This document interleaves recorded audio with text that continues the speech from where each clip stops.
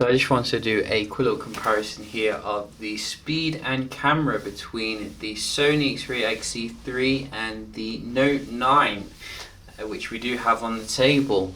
I prayed to the phone godmother and it did turn my S9 into a Note 9, so we are blessed to have its presence on the table. Let's just have a look and see how these two beasts do compare in late 2018.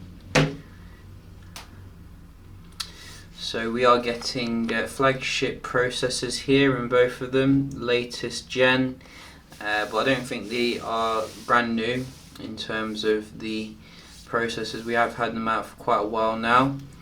You can see the Note just a little bit snappy here booting up, but the XZ3 not far behind. Both coming with absolutely gorgeous OLED displays here. Not 4K as I originally thought, but it is very high resolution and looks absolutely fantastic in terms of the viewing angles. It's also, I think, the first kind of curved display here that Sony's actually done, and they've done it remarkably good.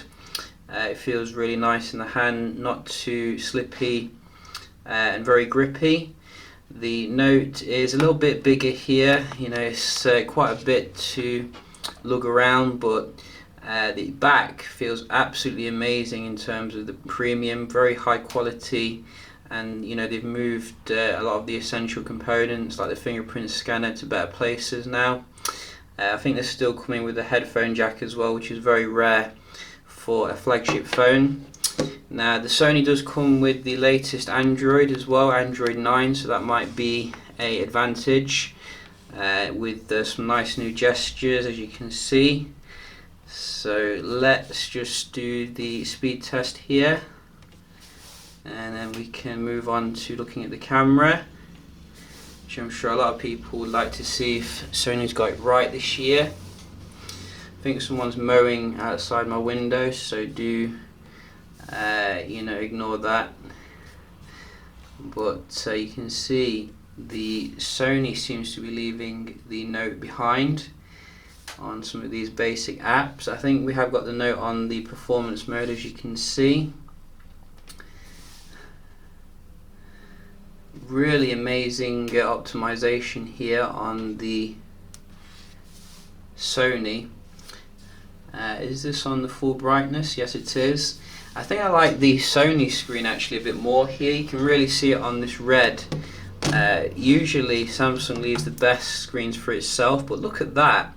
Sony's really hit the ball out of the park here with the quality of the display. Not to say the Note 9 is bad, but usually I would expect the Note 9 to have the best display on the market, but not this year. Let's have a look at the games.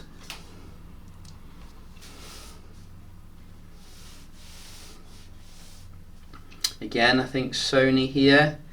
I mean, just look how much dynamic the background looks on the Sony.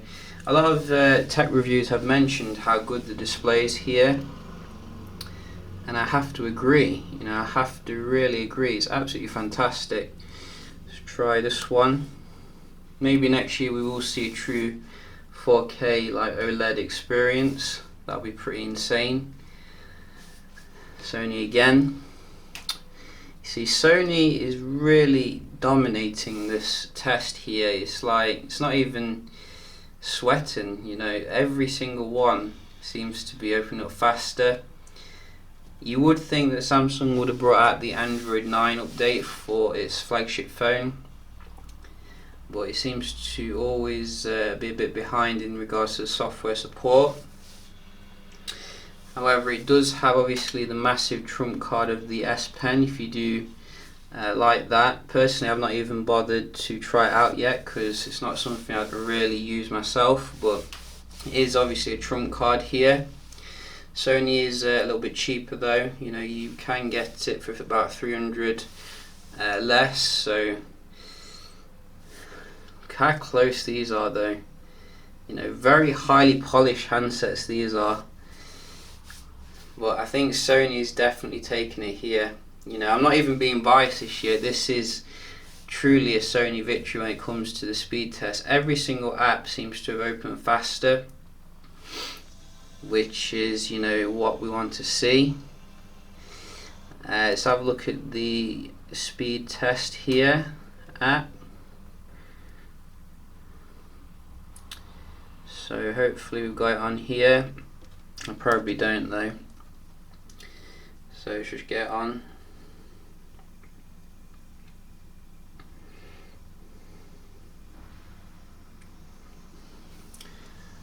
So one thing I love about this Android 9 is like how things you know, download here, and also if you want to get rid of things off the screen like this, you can just drag it off like that. There's no, you know, faffing around. It makes it so much nicer, whereas with this you have to like double click, you have to click twice, if you can see what I'm saying. So really nice little optimizations to Android experience here on the Android 9. Let's have a look at the speed test then.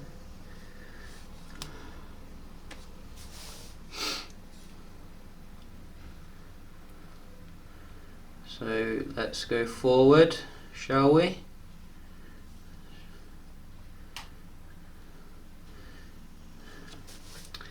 So we'll just start with the Note.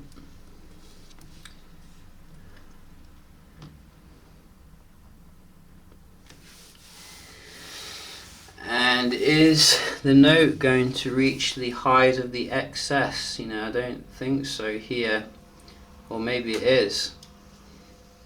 I mean, that is a nice score, absolutely fantastic. What's the Sony doing? It doesn't seem to be loading the app. I mean, maybe this is a issue because of the Android 9.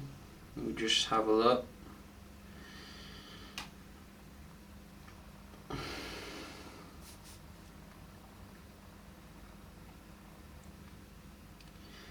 There we go. So same server.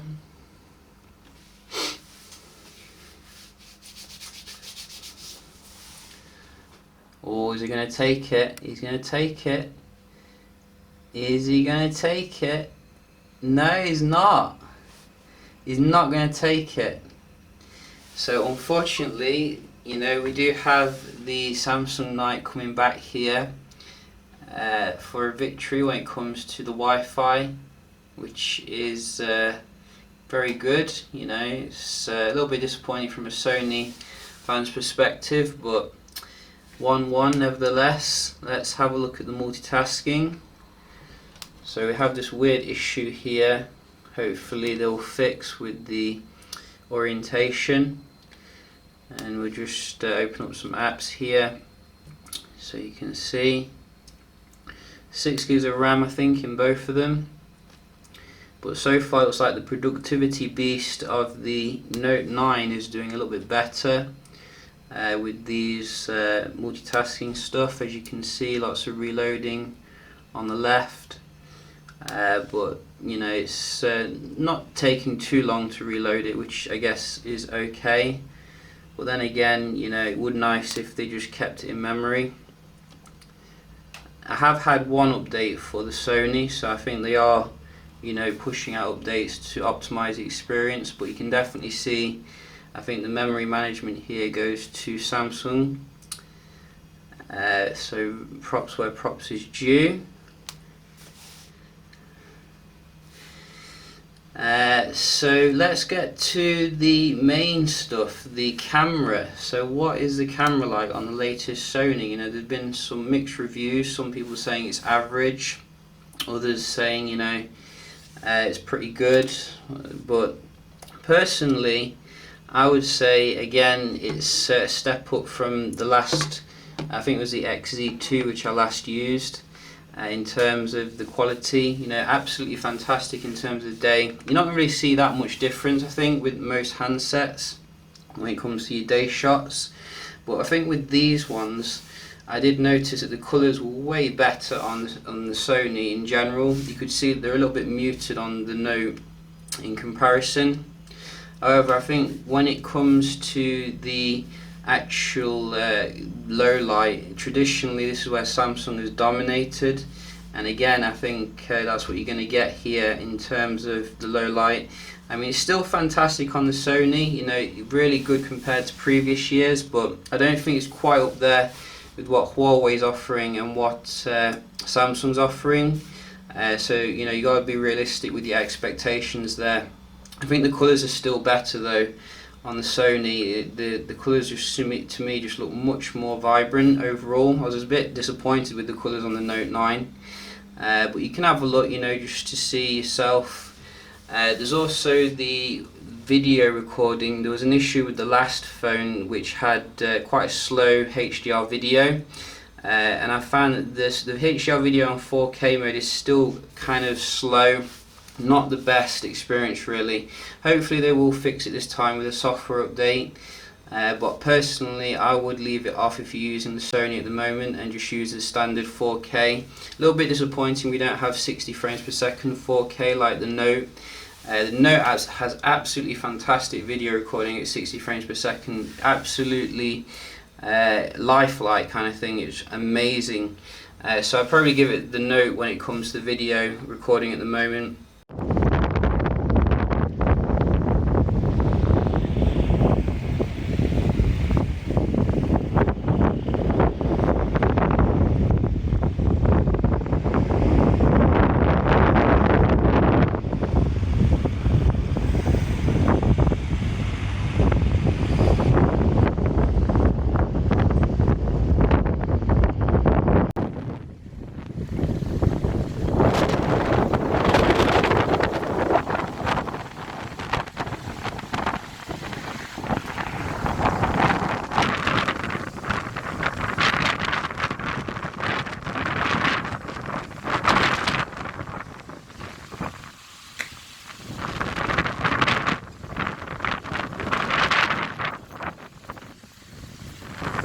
You can see the XZ3 is absolutely beast mode when it comes to the speed, completely dominating the Note 9 when it comes to the apps opening.